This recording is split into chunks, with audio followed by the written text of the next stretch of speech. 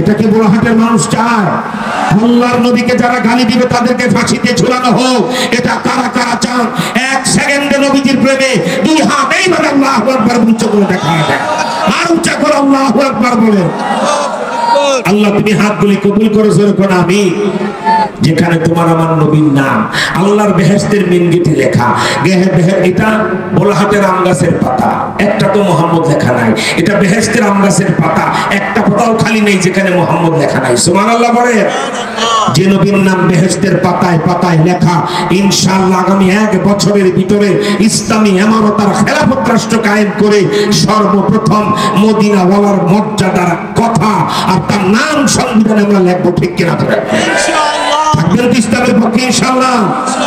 এবার কোন মুনাফিকি চলবে না, কোন মুনাফিককে ভোট দেওয়া হবে না, কি বলেন ঠিক না? আমার ভাইরা, এবার যদি তারা আসে আবার আপনাদেরকে ওই রকম ভোট চায়, কাকুরি মাকুরি পরমা জনগণ সুন্দরী, আসুন ভোটটা গ্রহণ করি। আপনারা বলবেন 55 বছর তোমাদেরকে ভোট দিতে দিতে গায়ে আসছে ইমানি জ্বর, এইবারের মোলাকাত ভোট সারাই কর।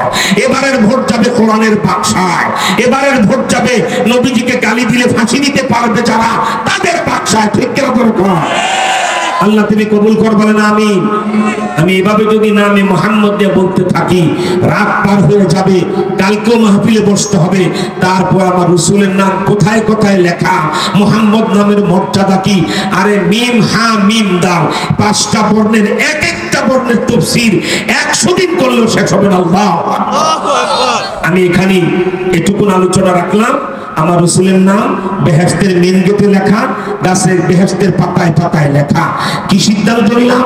বেহেশতের পাতায় যে নবীর নাম লেখা, সে নবীর নাম আমার বাংলাদেশের সংবিধানে এবার গলায় পারাদা আদায় করে ছাড়বো, লেখাবো, ঠিক কিনা? আল্লাহ তুমি কবুল করো, বলেন আমিন।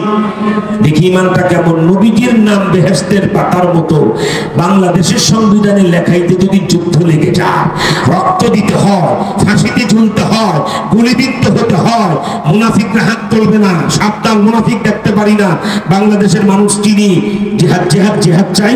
জিহাদ শুরু হয়ে গেলে নুরানি শাহ হুজুরের মামলকরা জেল খাটে না, আমরা নাই। চিনি না বাংলাদেশ। এই বাংলাদেশ, জবাব দাও, কি জবাব মদিনাওয়ালারে দিবা?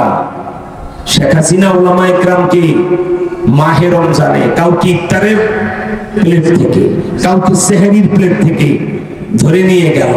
একটা মিছিল যে বাংলাদেশের কোন মসজিদে রোজাদাররা রাখলা না।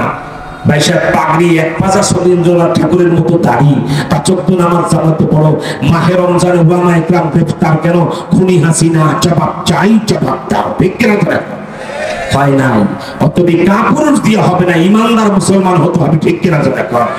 এইবার সিদ্ধান্ত নিয়ে ফেলবেন, মদিনার মর্যাদায় যদি এবার ঢাকা হয়, ঢাকায় যদি যেতে হয়, হানজালার মতো গলা কাটাবার নিয়ে করে যাবো, ঠিক কিনা? আল্লাহ তুমি কবুল করো, যখন আমি আল্লাহ কে রাসূলুল্লাহ এই বাক্যের কোনো কথা বলার সময় আজকে দিতে পারবো না বলেছি, কিন্তু খাতামান নবিয়্যিন এই বাক্যের ব্যাখ্যা ঘড়ি ধরা 3-4 মিনিটে দিয়ে আপনাদেরকে মোনাজাতের দিকে নিয়ে, আমি জানি এই বোলাহাটে একটা সমস্যা আছে। ঢাকার আজাবার গজবাইশা বোলাহাটে পড়েছে নাম তার ওই যে আল বাইয়িনাত, কি বলা হয় আপনার ওই রাজারবাগের ভণ্ডগিরিনুর রহমান, ঠিক কিনা?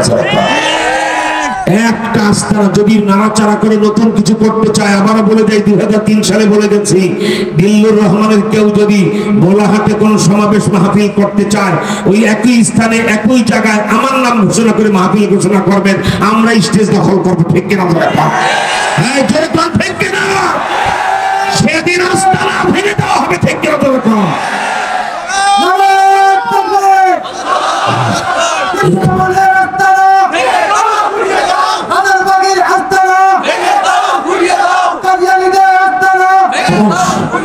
আমার ভাইরা, রাত 12টা হয়ে গেছে। আমি 11:30 পরে 1 মিনিটও কথা বলতে চাই নাই, কিন্তু এই আলোচনাটা আমার রাসূলের শানে আধা ঘন্টার কথা এখন আমি 3-4 মিনিটে বলে দেবো। আবার আত্তাহিয়াতুল সুরতে বসেন, এই অবস্থায় মুনাজাত হবে। খুব তাড়াতাড়ি আত্তাহিয়াতুল সুরতে বসেন এবং সম্ভব হলে একটু এগিয়ে আসেন, ফাঁক-ফোকর বন্ধ করে ফেলেন। এটাই আখির মুনাজাতের প্রস্তুতি চলছে। ডানে বামে রাস্তাঘাটে যারা আছেন দৌড়ায় চলে আসুন। শেষ ভালো যার, সব ভালো তার। আখির মুনাজাতে শরীক হয় যে ওই মাহফিলের সমস্ত সওয়াব পায় সে। সুবহানাল্লাহ বলেন। আমার ভাইরা, খতমে নবুয়ত কি, কাদিয়ানীরা কাফের কেন? এই কথাটা আপনাদেরকে আমি আধা ঘন্টার কথা যদি 3-4 মিনিটে বোঝাতে হয়, আমি আপনাদের কাছে 2টা জিনিস সাপোর্ট চাই। এক, গায়ের শক্তি সব গলার গোড়ায় জমা করে নবীজির সামনে যা বলবো আপনি বজ্র কঠিন আকাশ ফাটানো আওয়াজ দিয়ে তার জবাব দিবেন, পারবেন?